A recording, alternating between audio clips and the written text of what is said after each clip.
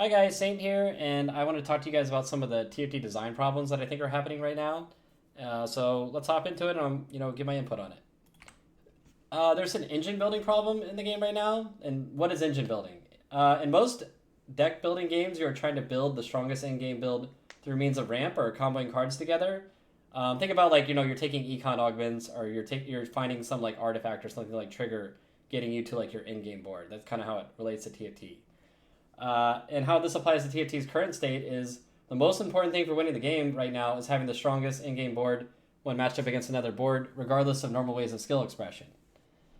Uh, and there's a problem right now where there's a lot of removal of skill expression and agency in the game, and we'll talk about what are forms of skill expression in TFT. Positioning with the removal of assassins and a lot of corner punish mechanics like hook positioning. This is probably the least positioning intensive set I've ever played, outside of maybe even the last set. You don't really have to worry about a lot of AoE CCs. Like Jarvan isn't even that big a deal. It's very easy to manipulate him, and you don't really have to think about positioning in general. Like Akali maybe, but you don't really. She's like only popular sometimes in the meta. So positioning has basically been neutered out of the game compared to like old stuff with assassins, and there was so much stuff you needed to position around before. And don't get me wrong, like I don't want to see a game where you're having to like position against like Hacker, LeBlanc, and like all this other junk. But I do think that positioning should be brought back into the game a little bit. And now like reactive deck building has been removed from the game. So what does that mean?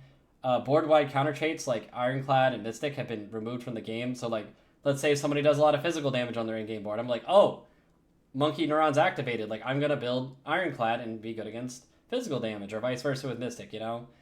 And then there's not really a lot of unique combo traits that are going together. Like, hey, I got this Z unit that has like light, that has electric. So and then you can make light Z. Like that's an example. I don't know if you guys remember him from a really old set, but you can make these like weird combo traits that go together, and they just are really interesting and unique mechanics, which are also really broken. But I think it just makes the game a lot more interesting, like comboing traits together. Um, and then basically the player is at the mercy of the game on capping their in-game boards out in a lot of cases. And there's not a lot of, oh, they have this, like, I'm going to play this kind of moments. Kind of like we talked about the Ironclad. I think that there should be, like, more reactionary stuff you can do to, like, make your in-game board stronger against, like, what opponent you're playing against. And there's not really a mid game in the game right now. I'm not sure fully how to address this. Like, I'm in a challenger Discord with a lot of the other challenger players and the game devs, and I hear people complaining about this all the time. Is that you basically don't roll on stage 3 unless you're playing a reroll build, and you play, the game almost the same way every single time, where you just save up all your money and roll down on stage 4. In previous sets, like a lot of the really old sets, when like 3 costs are really really powerful. You would roll on stage 3 and like get like a 2-star 3 cost to give you like a lot more tempo to like into a in-game board state. And comps had like bigger power spikes around 3 costs. Like even let's say an example would be like, let's say Star Guardian in the current set, instead of just like the only way to play the game is like going late game to get Jinx and Poppy and rolling for those on stage 4. Like Nico and Ari might be a little bit stronger, and it's actually like pretty good to roll for those units. And then like instead of rolling on 4-2 for your 4 cost, you roll on 4-5, and it makes like the tempo of the game like way more aggressive and way more fast paced. And those are just some forms of skill expression that were in the game previously that have been removed from the game. And I would like to see some of this stuff kind of come back. And obviously, it's like a fine balancing act with all this kind of stuff, but would definitely like to see more skill expression in the game. Balance thrashing for content. Okay, I've talked to a lot of rioters about this. Like we're in the Discord, and they all deny that they do this. Where it's basically you balance thrash to create more content in the game. So when a set comes out, there's only so many units that are in the game that can be played. So you basically you create more content in the game by being like, okay, this is going to be the patch where it's all 1 cost reroll. Like everyone's playing 1 cost reroll, and all the late game boards are not very good.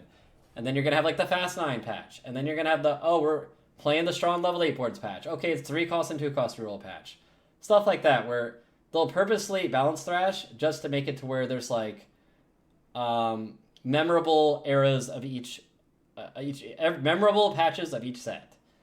And then the problem I have with this is like, let's say on the set release, there's like a bunch of viable builds, and obviously people have not min-maxed these comps and units to the their maximum potential yet, so that's one of the reasons why. But I feel like what really happens is there will be problematic units that are in the set, and when they're doing this balance thrashing to create content, they will nerf those units into the ground where they're completely unplayable, while also like insanely buffing another comp to balance thrash. And a great example of that is how they nerfed Ashe into the ground on the last patch, and then like they buff Star Guardians at the same time, and it's just like that. I feel like this kind of stuff just happens like way too often, where they'll just something is good and they'll just completely dumpster nerf it into the ground, and then make the other things like too strong. So like those units are just unplayable, and it just basically removes content from the game, and that just it's really really unfun for everyone playing. So I think the live balance team needs to be greatly improved and do more long-term planning in how they're doing these patches, and not just have reactive patches. I don't think it should just be like, oh, this unit is performing really well in the stats, we should nerf it into the ground. I feel like they should have a little bit more foresight in how they're going to decide to do the balance thrashing, and like map out how they're creating these like seasons or eras of the set. And I think they should take more risk as well, like when creating units and how they combo together. Your brain felt good in previous sets when you comboed stuff together. Like you remember when they had like the Aesol that had all the little ships floating around, and they would be coming out like over a period of time. And then you had this Echo unit that would stop time, but the Aesol ships would come out even while the Echo stopped time. Or like you had the Light Zed thing like we brought up before. Or you have Thresh that's pulling an Urgot and like one-shotting people off the bench, Or Sindra Morello. Like these units had like really cool interactions with other units or other traits, and it just made your brain feel good when you're doing it. You're like, wow, I'm like mixing all these I'm like a mad scientist. Like I'm doing a bunch of cool stuff together. You look at the set-defining units in the last 3 sets, they make me want to fall asleep. Like, you just got to make the 5 cost cooler and riskier, and if it breaks the game, you got to, reel it back in or nerf it to like the point where it's pretty reasonable. And like I know you can sim it, and like I know you guys can figure out a way to balance these units, and also I know that you guys are cranking out 3 sets per year, but like I want to see some cool stuff that is way riskier and way more memorable than some of the stuff that we have right now. Like the units right now are just kind of boring, if I'm going to be honest. So in summary, for the long-term fixes, better planned trait webs need to happen in the future set designs where combining traits together have more value, the stuff we just talked about. And swing the pendulum back a bit on skill expression in the game. Like, I don't want to see, the Hacker LeBlanc one-shotting my backline, but I do want to see a non-front-to-back fight, and where positioning matters. Almost every single fight in the game right now, besides Akali, which, just gets nerfed into the ground because people don't like to do that, is just a front-to-back, like, stat check fight.